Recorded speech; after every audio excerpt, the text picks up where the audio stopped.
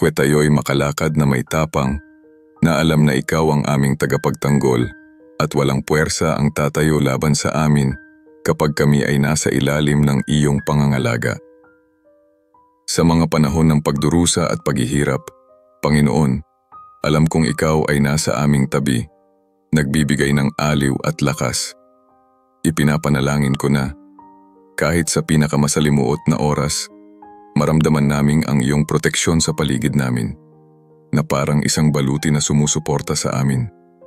Naway sumibol ang pag-asa sa aming mga puso, na nagpapaalala sa amin na kahit sa mga pagsubok, kami ay pinangalagaan mo.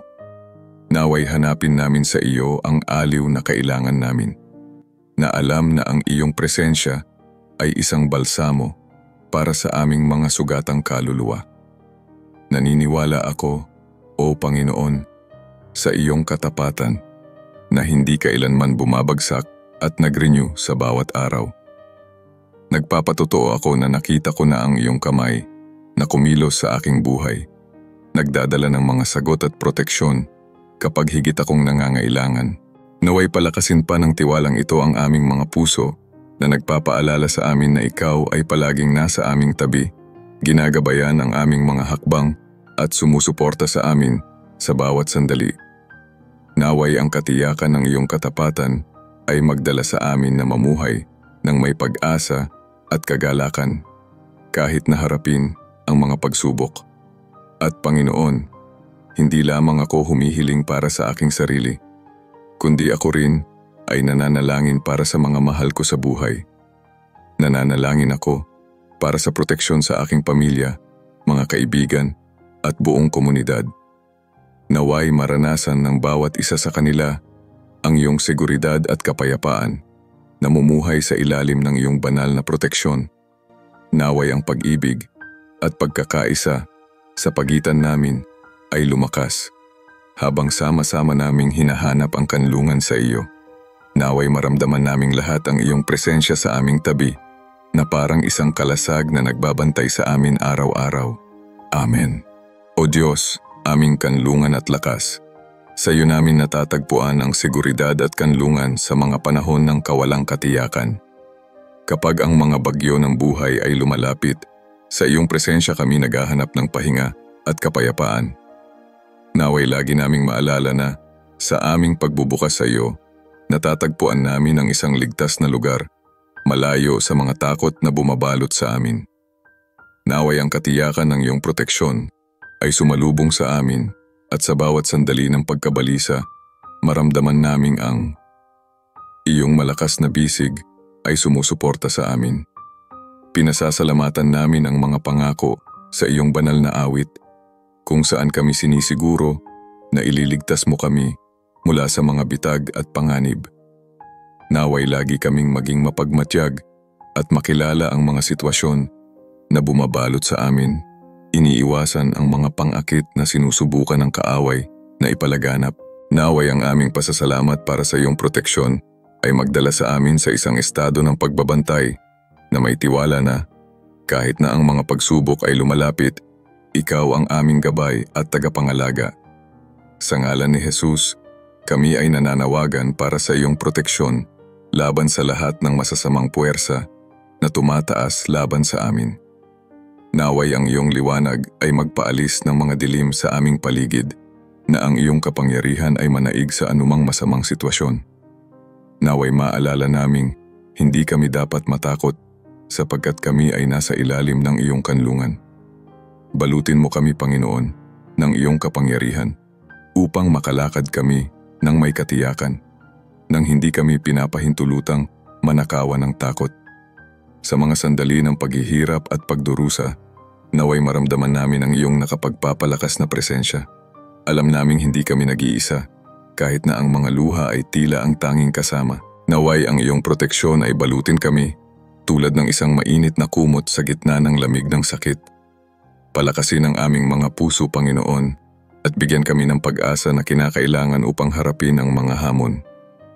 Naway ang bawat pagsubok ay maging isang pagkakataon upang lumago sa pananampalataya, na alam na ikaw ay kasama namin kahit sa mga pinakadilim na oras. Naniniwala kami sa iyong katapatan, O Diyos. Sa bawat hakbang ng aming paglalakbay, alam naming ipinangako mong kasama namin ikaw. Naway ang aming pananampalataya ay maging matatag sa mga karanasang naranasan na namin. Nang sa gayon ay maramdaman naming ang iyong kamay na gumagabay at ang iyong pag-ibig na sumusuporta sa amin. Naway sa bawat araw, masaksihan namin ang iyong kabutihan sa aming mga buhay at palakasin ang aming pagtitiwala sa iyong patuloy na pangangalaga.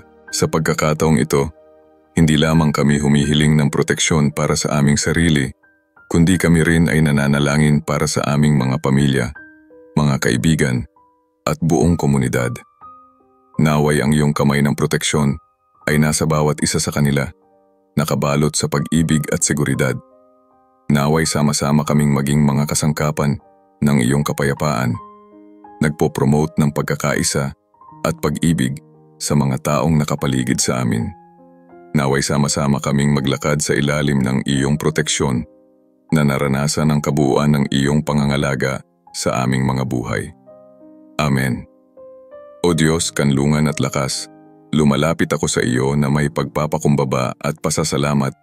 Kinikilala na sa iyo ko natatagpuan ang tunay na seguridad. Sa mga sandali ng takot at kawalang katiyakan, sa iyong presensya ako nararamdaman na ako'y ligtas. Naway buksan ang aking puso para sa iyong pag-ibig at naway lagi kong hanapin ang iyong kanlungan na alam na dito ay walang puwang para sa takot. Naway ang iyong liwanag ay magbigay liwanag sa aking landas at lagi kong maaalala na sa aking pagkanlong sa iyo, ako ay protektado mula sa lahat ng bagyo na maaaring dalhin ng buhay. Pinasasalamatan kita, Panginoon, para sa mga pangako na nakapaloob sa iyong salita na nagbibigay sa amin ng katiyakan na inililigtas mo kami mula sa mga bitag at panganib. Naway makilala ko ang mga bitag na ito at magkaroon ng discernment upang maiwasan ang mga ito. Tulungan mo akong magtiwala sa iyong proteksyon at mamuhay na may katiyakan na kahit na ang mga hamon ay lumitaw, ang iyong makapangyarihang kamay ay nasa akin. Inililigtas ako mula sa lahat ng masama.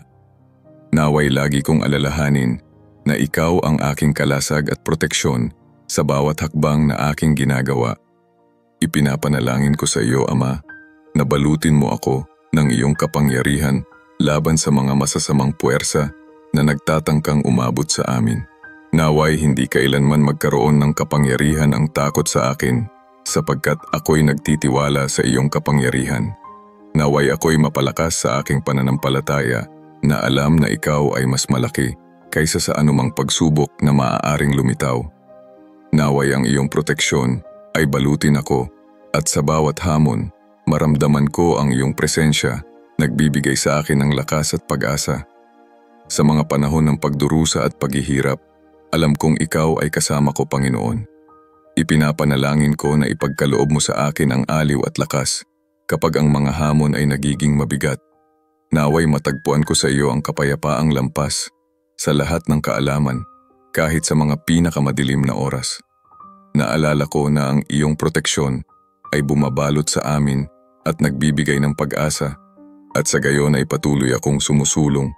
Nagtitiwala na ikaw ay naglalakad sa aking tabi. Naniniwala ako sa iyong katapatan, O Diyos, at alam kong ipinangako mong laging kasama ko ikaw. Pinalalakas mo ang aming pananampalataya upang sa aming pag-open sa iyo, maramdaman namin ang iyong nakapaligid at mapagmahal na proteksyon. O Panginoon, nagpapasalamat ako sa iyong mga pangako ng pagpapalaya na matatagpuan namin sa iyong banal na salmo. Ikaw ang siyang nagpapalaya sa amin mula sa mga bitag at sa silo ng mga manghuhuli. Tulungan mo kaming makilala ang mga panganib na nakapaligid sa amin at iwasan ang mga sitwasyon na maghahatid sa amin palayo sa iyo. Naway makilala namin ang mga bitag ng kaaway at, sa karunungan, lumayo mula sa mga ito. Naway ang aming pasasalamat sa iyong mga pangako ng proteksyon ay magdala sa amin na mamuhay ng may tapang at pag-asa na alam na lagi kang nasa aming tabi. Sa iyong kapangyarihan, tinatawag ko ang proteksyon laban sa lahat ng masasamang puwersa at mga sitwasyong laban sa amin. Naway ang iyong kapangyarihan ay bumalot sa amin. Pinangangalagaan kami mula sa lahat ng masama. Huwag mong pahintulutang ang takot ang mamayani sa amin, kundi sa halip, naway patibayin kami sa katiyakan na ikaw ay higit sa anumang hamon na aming hinaharap. Naway ang liwanag ng iyong presensya ay mag-alis ng mga dilim na sumusubok na abutin kami, at naway lagi kaming gabayan ng iyong pag-ibig.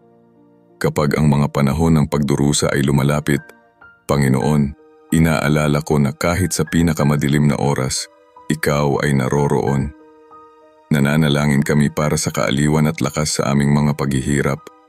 Naaalala na ang iyong proteksyon ay bumabalot sa amin tulad ng isang balabal. Naway makahanap kami ng pag-asa sa iyo, kahit na ang mga kalagayan ay tila hindi paborable. Naway ang katiyakan na ikaw ay kasama namin ay magsustento sa amin at magpapanatili sa amin na magpatuloy kahit sa mga pinakamahirap na laban. Nagtitiwala ako, O Diyos, sa iyong katapatan. Ipinangako mo na lagi kang nasa aming tabi, at dahil dito, nagpapasalamat ako sa mga di mabilang na pagkakataon na ang iyong pag-aalaga ay naipakita na sa aming mga buhay. Naway ang aming pananampalataya ay lumakas araw-araw, na alam na ang iyong presensya ay palaging naroroon at na, sa iyo, kami ay lubos na nagtitiwala.